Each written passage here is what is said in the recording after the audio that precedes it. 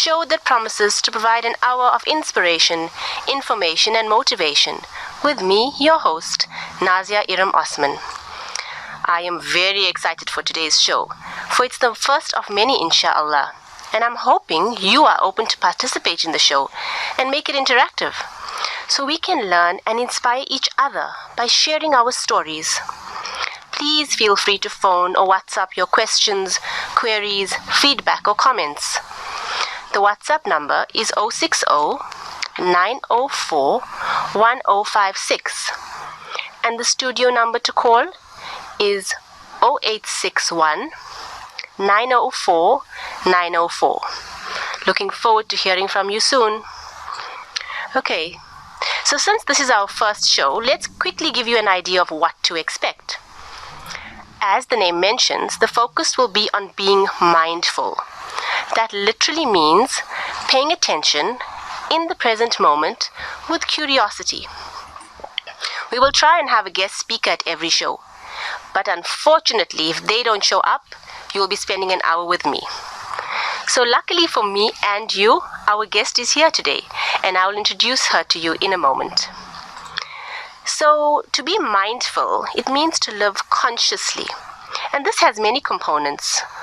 One of those is knowing when we can cope with what's going on and when it is that we need help. It can be very daunting, especially if one doesn't know much about the resources available in the area, or whom to call, or how to reach out. Thus, the topic that I've decided to start off with is to focus mainly on mental health and the role of the psychologist. Thus the title, Demystifying Psychology.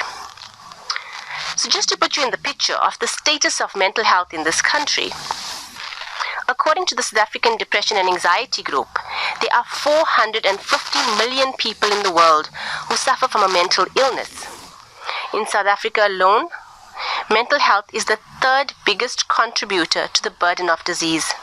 Yet, 50% of South Africans believe that mental health is not a priority. Adding to these concerning statistics, depression is the leading cause of disability in the world, with nearly 1 million people committing suicide every year.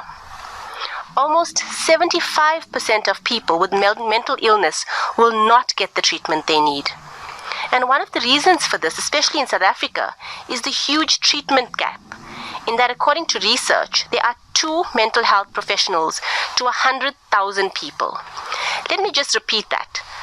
2 mental health professionals to 100,000 people, especially in the government sector.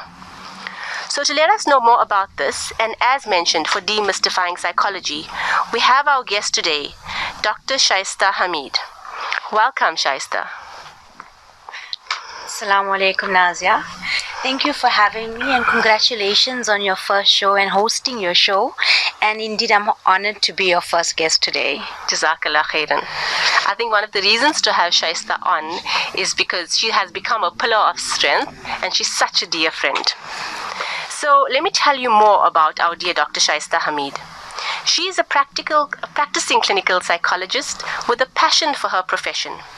She is one experienced someone, so please be patient as I try and do justice to reading her resume that I truly cut down a lot of.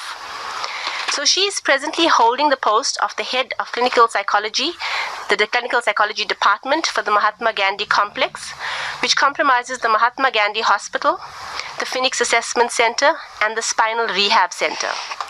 She was previously based at G.J. Crookes Hospital in Scottsboro and has long-standing experience in the public mental health care. Prior to that, she was employed by the University of KwaZulu-Natal and based at the Nelson Mandela School of Medicine.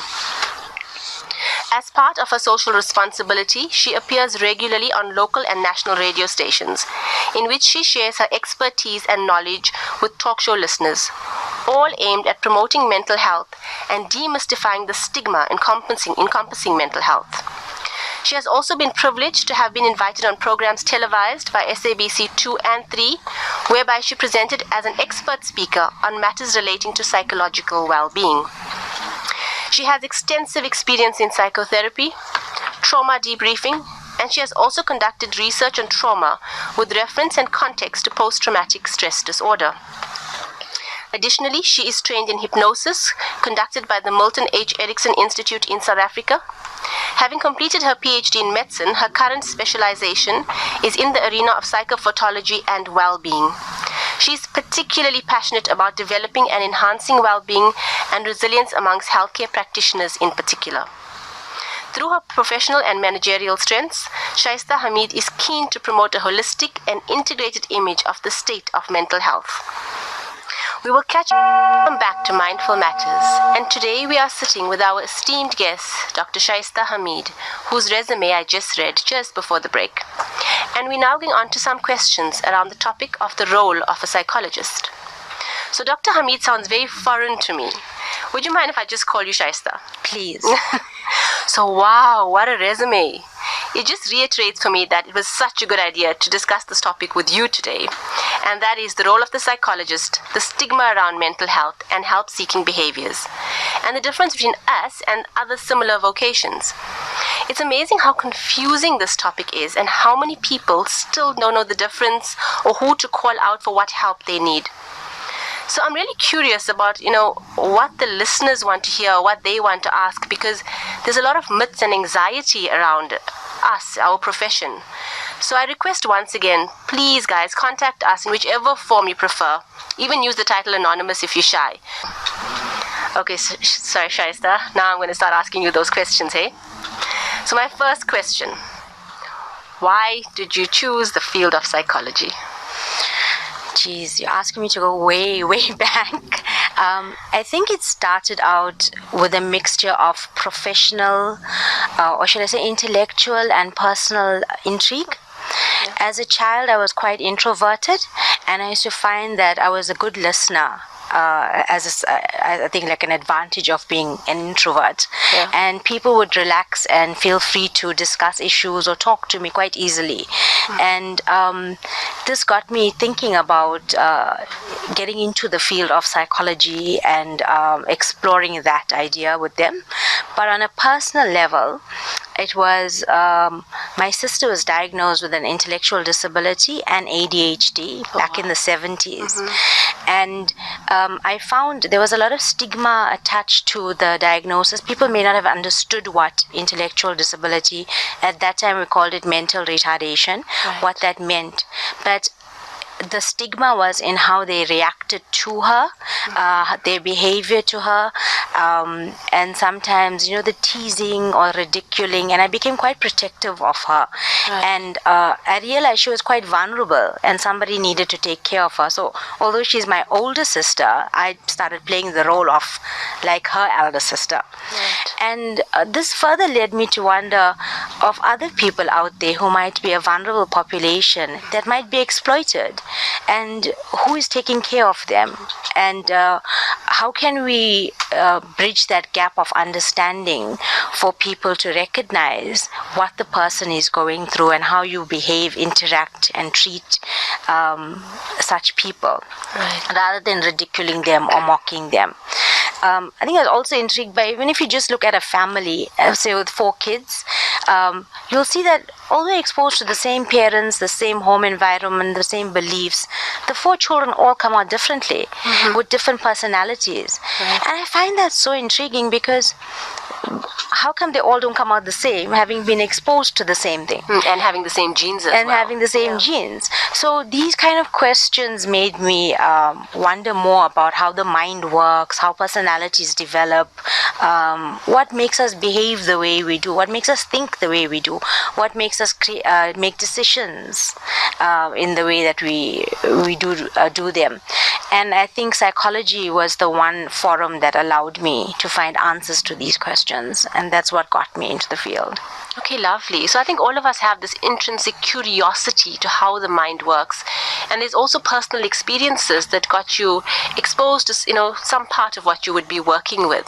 Exactly. And I think another huge thing you said was that you were a good listener, and I think many people get confused. You don't have to be a good speaker, you have to be a good listener to make people feel understood.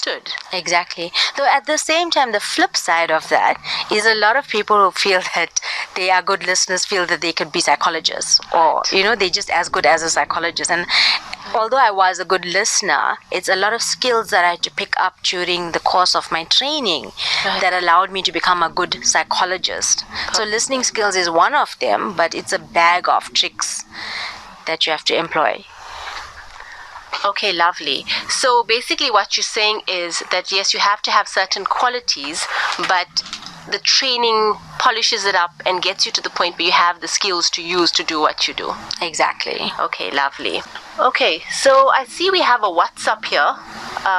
Let me just read it out and we can make sense of it together. It says, please, doctor, explain to us what is a borderline case. Oh, I think they mean borderline case in mental health. Can this person be helped without medication? So, if we're speaking about borderline, and I'm assuming the person's speaking about a borderline personality disorder? Yes, I think it's a borderline personality disorder that they would be speaking about. Okay, so basically we have certain personality disorders, borderlines being one amongst them, and often I think they would be helped or benefited by being in long-term psychotherapy.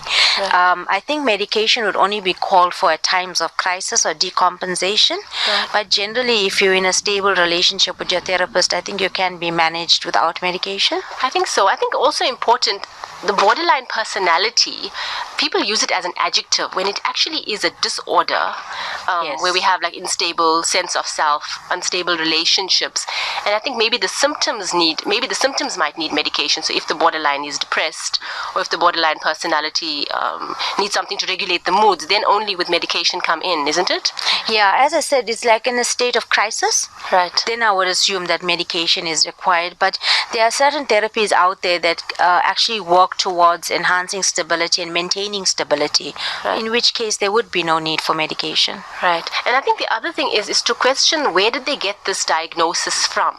Because many people think Google is a doctor, and that's very, very dangerous, because just taking up symptoms and pushing them in and assuming it's diagnosis, I think it's one of the things that I really cringe or frown upon, because you cannot just call a person this. It's quite a serious diagnosis. I think especially for us, when it comes to personality disorders, we do quite an intensive assessment process with the patient before we would come to that diagnosis of a particular personality disorder, because I think we always keep it in the back of our mind that this is, for lack of a better term, a label that the person is going to be carrying for the rest of their life. So you have to be quite responsible in diagnosing and what labels we put on. And I think that's another thing, the labeling. The moment you put a label like borderline personality disorder, people stop listening to this person and stop taking them seriously.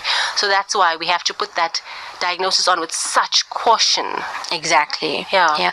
The scary part is that, as you said, they stop seeing the person and everything becomes, oh, you borderline, oh, you bipolar, or oh, you have a depressive personality. Right. So it's almost like you cannot function independent of that. You become that label. Right. Yeah, and that's what we want to break away. Yeah. And that's not. I mean, if somebody is diabetic, we don't say, oh, you can't do this because you're diabetic, or you can't take you make that exam. You're diabetic. Yeah, exactly. It's interesting though that our topic was demystifying psychology, and a huge part of that is working with stigma. And one of the first questions comes up with the borderline personality that we know is a population that they're also one of our more challenging patients.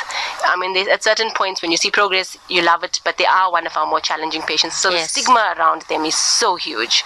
It is. So getting back to our questions, the first thing I asked you is why this field, and now the next one. How long does it take to become a psychologist? Contrary to popular belief, it doesn't take a few weeks. I wish it did, because we would have been spared years of pain. And a few grey hairs. A few grey hairs, speak for yourself. It takes, so you have to basically do an undergrad degree, then you have to get selected into honors, which is not an easy task. because and this is something that I think really the youth who are interested in psychology need to listen to, because nobody warns you beforehand the road to getting to the point of becoming a psychologist. Right. So we take it for guarantee that if we start doing a social science or BA degree, we will automatically get selected as a psychologist. Yeah. I think could you think of a physiotherapist? Yes, or it's speech therapist? theirs is less challenging. Yeah. With all due respect, it's like theirs is very linear. Right. And you get into that degree and you do that degree. Whereas with ours, you get into your undergrad and then you have to almost fight for your space in honors, and you have to have quite a high percentage academically. And then to get into masters is like a further challenge, yes, because the class is even smaller. So back in my day, I think there were 100 candidates when I applied, but they were choosing 4 students only for masters. I think today that number has increased. There's a class of 15 to 20. Yes, well, the last I remember there were thousands of applicants, but they only took 15, and that was split between clinical and counseling. Yes. So when you do the clinical program, you're doing basically a 7-year degree, plus you're doing your internship at hospitals. And once you completed your internship, you have to do a year of community service. You have to write a board exam with the Health Professions Council of South Africa, and only then, having passed the board exam at I think an above 75%. Yeah, I think it is. Then you can qualify and register as a clinical psychologist. And then also the dissertation, yeah, which is quite a challenge, which is part of your master's degree. So the dissertation is basically like writing a mini book. Maybe as less traumatic or more traumatic, I'm not sure, but it's quite traumatizing. It depends on your supervisor, I guess. So in that dissertation, you're becoming an expert already in whichever arena is of your interest. So whether you chose trauma or depression or whatever. Right. So altogether, we're talking how many years, taking into account your internship and your community service? I would say we should look at it between like 9 years. Plus minus 9 years. Because often what holds people back is completing the dissertation in time. So basically you're looking around a decade of studying. Exactly. Right? Okay, and I think that's very important, because you're right, many people come and say, I want to become a psychologist, and I know my words always have a backup plan, or, it's not a linear road. There are many challenges, barriers, times you'll have to take off in between. Yes. So I think it's best that they know it's almost a decade. It's almost a decade. And also, like, for example, when you're at university, you're quite sheltered and protected because you're focused only on the academia side of it. But when you go into the hospitals as clinicians, you're thrown into a tumultuous road of, the healthcare system is so burdened, in particular the mental healthcare users. So you have this abundance of patients that you suddenly have to deal with, and you have to manage. As a student, you really get thrown into the deep end, and you're expected to just swim. You don't even have the choice of drowning. It's just swim. And I mean, look, that's why I said 2 mental health practitioners for every 100,000 people in the government sector. That number is beyond even comprehension. It's so crazy. Yeah. And there is sadness. Sad part of that is that more scope isn't given to that. Right. Because, as you say, the need is so strong, and not everybody can afford to go to a private psychologist or to a private psychiatrist. But the need is not getting met, in the sense that there's too many out there and too few of us within the system. And also the burden that places on the practitioners within the state resources, because you eventually burn out because you're trying to do the best that you can and please everybody. And how do you do that? And there are so many people out there that need that help. And I think the other thing is, people don't know when it's time to reach out to a psychologist. It's very, very confusing for them. And I think the very common thing I get is, can you give medication? And when I say no, then they say, what can you do then? So, I mean, look, right? And I think the big thing for me is, how do we explain to people what is the difference between us and a psychiatrist? Because I think that's where a lot of, especially with clinical psychology, it's, so what do you do again, you know? Yeah. Can I just start by firstly clarifying the categories within psychology? Yeah, sure. Because I think that's where a lot of confusion arises.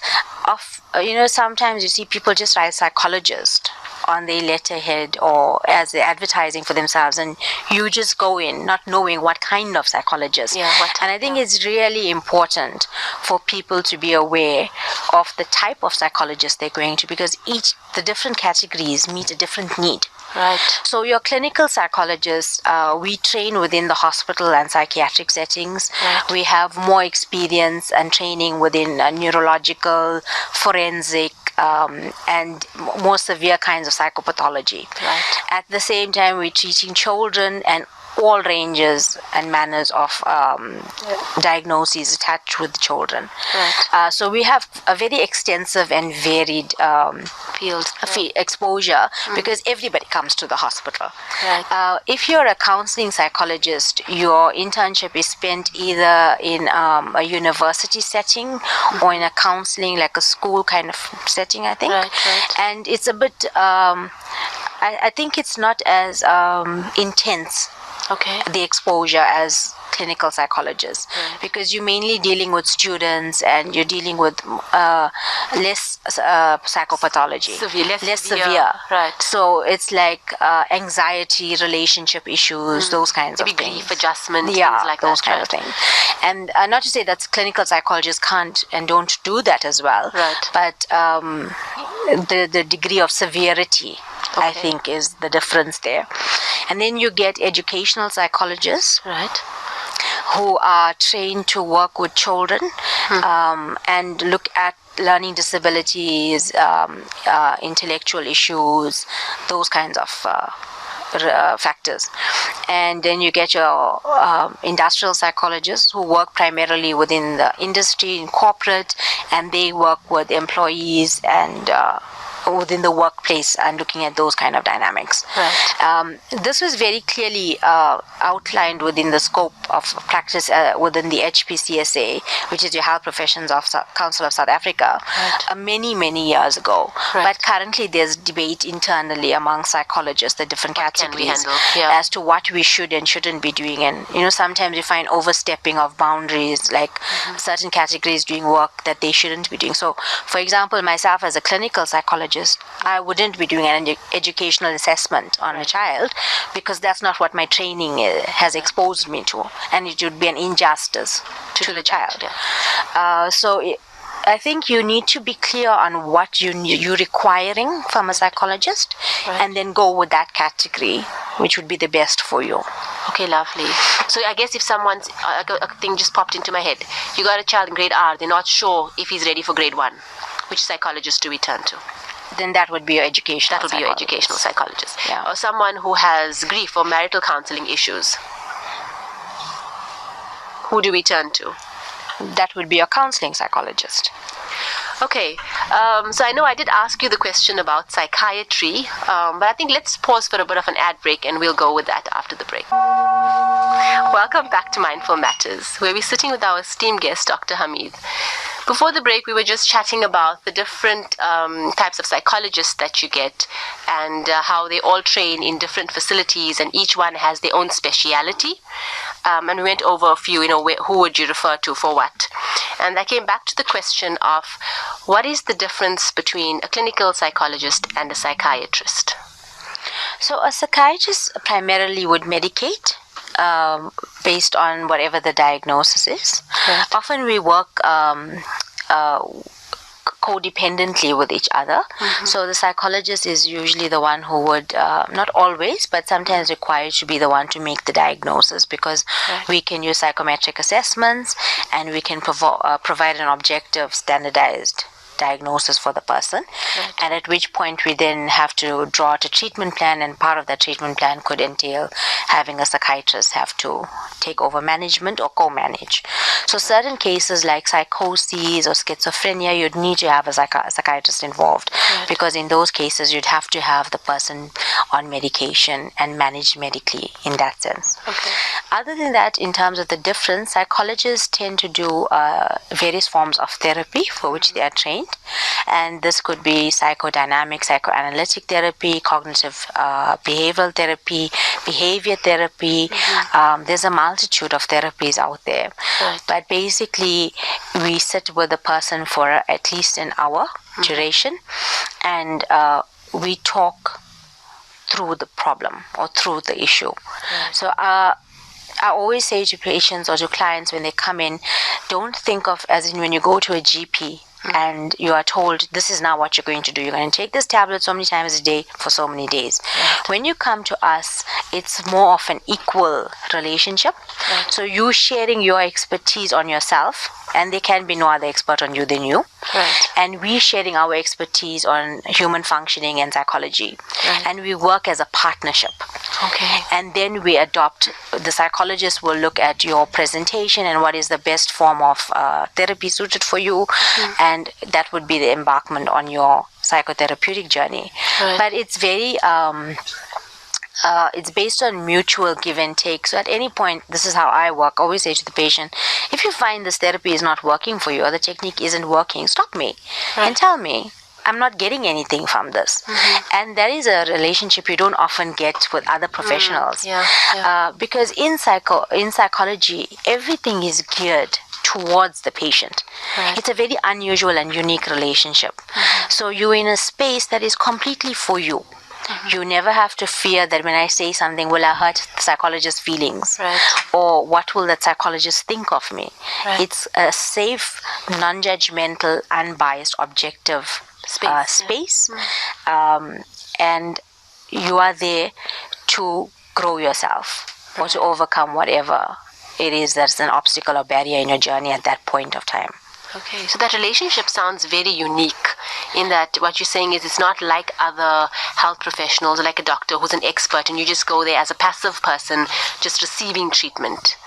It's a very didactic relationship, so you're very involved. Right. And often I say to my clients, like, you're seeing me for 1 hour in 2 weeks. Right. But in that 2 weeks, it's up to you to go and take those skills that are imparted to you. So almost like a facilitator. You're facilitating the healing and giving guidance where necessary, if necessary. But the expert, you're saying, is to a large degree the client themselves. That's the importance and the beauty of it for me in that relationship, is acknowledging that the person sitting in front of you is an expert. Right. And giving them that power. Yeah. And also then saying to them, we are not somebody else who's going to take control or take control away from you. We're sharing this. Right. And we're empowering you. And when you leave our office, you leave empowered. Right. So you're not reliant on some doctor saying to you or somebody else saying to you, this, you must do this, you must do that. No. Right. We're engaging. Right, as almost giving them a lot of responsibility as well, that here we are to guide you a little bit, but you are the expert of your life. Yeah, I think it's respecting you as an adult and as a human being. Right. Or even as a child, if you're coming in, we're giving you the same respect. Right. That you have skills within you that you can utilize to maneuver yourself out of whatever the stressor is. Yeah. We're just there to facilitate those skills or to bring them up to the surface if they haven't been dealt with. And here's another common question. Many people ask, so how many sessions will it take? And I know it's quite a difficult one to answer because depending on your symptoms, your diagnosis, right? Just to give a roundabout, I know it's not a fair question, but what should they expect? How many sessions? Just say, I'll give you an example of a moderate depression. I think we would look at, because the current keyword is short-term therapy. Right. For medical aids in the private sector and also in states, like in the state hospitals, just because we so pushed for time and resources. But I would think 6 to 8 sessions on average should suffice. And then at the end of the 8 sessions, again, you negotiate with your... And you see how it goes. And see, is there a need for further? Or it could be just once in a month coming and doing management of how are you, where are you right now? Yeah. That kind of thing. I think once again, it's lack of information, because I know... I don't know if you also experienced this, that when people come within the first session, they expect some sort of miracle. And it's a lot about information and getting to know who you are, what you are, what's the diagnosis. So there's almost this, can you do something? If you can't do a miracle, what are you doing? Almost this people question, believe that we have a magic wand, how I wish we did. And then you wave the wand and everything is instantly fixed. Right. But what they're forgetting is you coming to us for an issue which most likely majority of the cases has been building for a number of years. Right. So it's unrealistic to expect that in the one session everything will be resolved. So it's like if you've put on weight over like a period of a year, and you go to your first gym session and have the anticipation that I do have that anticipation. The one session will like make me thin immediately. Yeah. But that's the analogy I would use. Yeah, that's a good one. I mean, it's good to be hopeful, but it's also good to have realistic expectations. And as much work you put in, the faster the outcome and the results. Perfect. Right. So I guess, in all fairness, I guess speaking even on the first session should give some relief, right? It usually does provide immediate, I think, symptomatic relief. Just the ability to vent. Right, to somebody. To have a safe space. And to have a safe space. Yeah, you can speak of. And I think I have to share something with you. You know how I love all these women's networking breakfasts and all these social mornings. And I was sitting next to someone, and I just hit it off with this woman. She was well put together, and we started talking, and I was telling her how back in the day I had done some life coaching, and now I was a clinical psychologist. So she said, do you still do the life coaching? So I said, it's an integration of everything somewhat. And she said, no, but if you do the life coaching, I'll come to you. So I was quite shocked at that. I'm thinking, oh my word, almost a decade of studying, and the life coach is what appeals to her. And it made me think, what is it about life coaching? And I don't know whether it's like the fact that they look at it as it's not pathology, maybe it's improvement of self, or I don't know what it is. Or is this the stigma of psychology that we're seeing again, that I don't want to come to a psychologist, I prefer the life coach? I think you've hit the nail on the head. It's less threatening. Right. To go to a life coach. Right. Also, in some cases, you don't have to acknowledge the severity of the issue. Okay. If you're going to a life coach as opposed to a psychologist, because it's not so serious. I can just go to a life coach and sort it out quickly. Which is about improvement, not something's wrong with me, isn't it? Like that kind of... Yes. But life coaches use a lot of psychology, a lot of pop psychology, which makes me cringe sometimes. Okay. But a lot of CBT and other modalities. Right. But they take like the surface of it. Right. So I often say, think of it this way. If you had to go for a medical procedure, right. and you had to go under and you need an anesthesiologist, would you want to go to the anesthesiologist who's trained in it for years and he has specialized in that? Right. Or the GP who's done a quick diploma in anesthetics? Right. Which one would you feel safer in? In whose hands would you feel safer? Right. Yeah, so, that's the way of thinking of it, I think sometimes... people go to a life coach and they feel that, the problem is not so severe, but you never know what can come out of it. Right. And then is the person equipped with the skills to contain if something comes out? Right. But look, I feel every field has their own, or certain cases, sure, go to a life coach. But when it becomes, or when you see pathology or threats of suicide or depression coming up, maybe that's the time where you say, let me refer to a psychologist or a psychiatrist, whatever they, fit. I think it depends on, again, the context of why you're needing intervention. Right. And then I think it's also dependent on the life coach to be able to say, okay, I think this is maybe a bit beyond me at this point, and maybe we can refer you, or to say, we can deal with this quickly in 1 or 2 sessions. Right. Yeah, well, look, the funny part is that time has passed so quickly and we haven't even, touched the tip of the iceberg. So I think I'm extending another invite. Maybe you can make this a thing where you come in now and then, because I mean the stuff that we actually wanted to get to, I don't think we'll have time for today. But what do you think is relevant? What do you want to leave our listeners with? Or what do you think is something that, maybe we have missed out and it's really important that we get across? Is there anything that comes to currently mind? For me, the two aspects that I'm focused on, like you mentioned at the beginning, I like working with fortitude and resilience and well-being. Right. And I think the one thing is that's been coming to my attention is how housewives are often unacknowledged. Okay. We look at them and we say, oh, why would you ever be stressed? But at least when we go to work, we get a lunch break, a tea break, we get paid leave. Right. And, we're getting away from things. But housewives are often having to be there 24/7, Right. break free. Yeah. And having to do everything for everyone and meet all their needs, and nobody looks at the amount of pressure and what that stress could be doing to them. Right. And the other thing is parenting. Right. In the current location that I'm in, a lot of children are coming with behavioral issues. Right. And these are issues that could be rectified at the parenting level. Right. And one of the things I'm thinking about doing is actually starting workshops, maybe at antenatal workshops. Right. So just incorporating it in there at the very beginning, what parenting is and how you go about doing it, to try and prevent the issues that come up. Yeah. But if there's anything I'd like to leave people with, it's, when we look at the big walk or discovery, all the things they do for physical health, they can, I think, be no physical health without emotional and mental well-being. Yeah. And because even if you get slightly stressed, cortisone is released in your brain. Right. And cortisone can lead to a number of physical ailments, which we often don't recognize. We just look at the physical manifestation. Right. So what I would like to suggest to people is to start acknowledging and taking more care of their mental and emotional well-being, because without that, there is no well-being. Right, lovely. So basically, as a holistic person, we have to have not just physical well-being, but mental well-being, because when we are constantly stressed, our body is reacting to that and physical ailments will come up from it. Yes. Yeah. And I think also, I have to recognize what you said is so important, that as a housewives are basically overlooked a lot and say, what do you have to stress about? What are you doing the whole day? But the self-care is so low. So focusing on their self-care and their well-being is something that could be looked at. Because they're so busy caring for others that they burn out. Neglected. Yeah. So, look, I can't thank you enough for making this time on this Sunday, especially.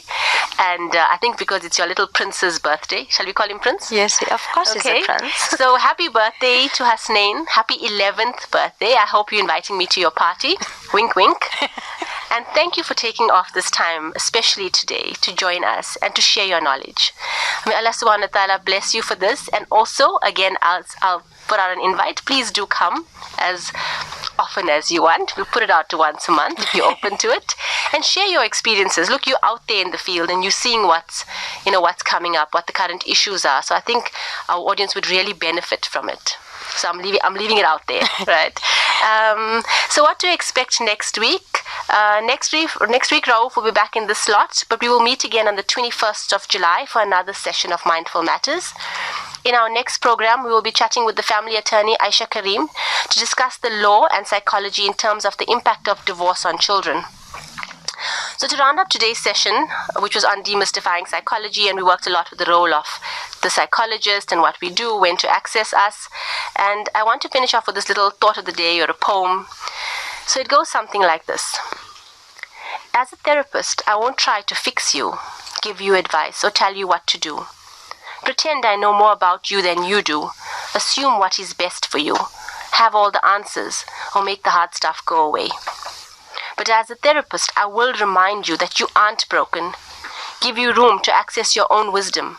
Support you in fighting what to do, figuring out what to do. Recognizing that you are the expert in your own life. Remember that only you know what is best for you. Honor that I don't know what is best for you. Honor that I don't know at all. Collaborate with you on how to make the hard stuff easier to sit with. Assalamu alaikum, and I hope this show lived up to its promise to inspire, educate, and motivate. And remember, be mindful, be kind, and enjoy the rest of your week. See you next time, same place, from your host, Nazia Iram Osman.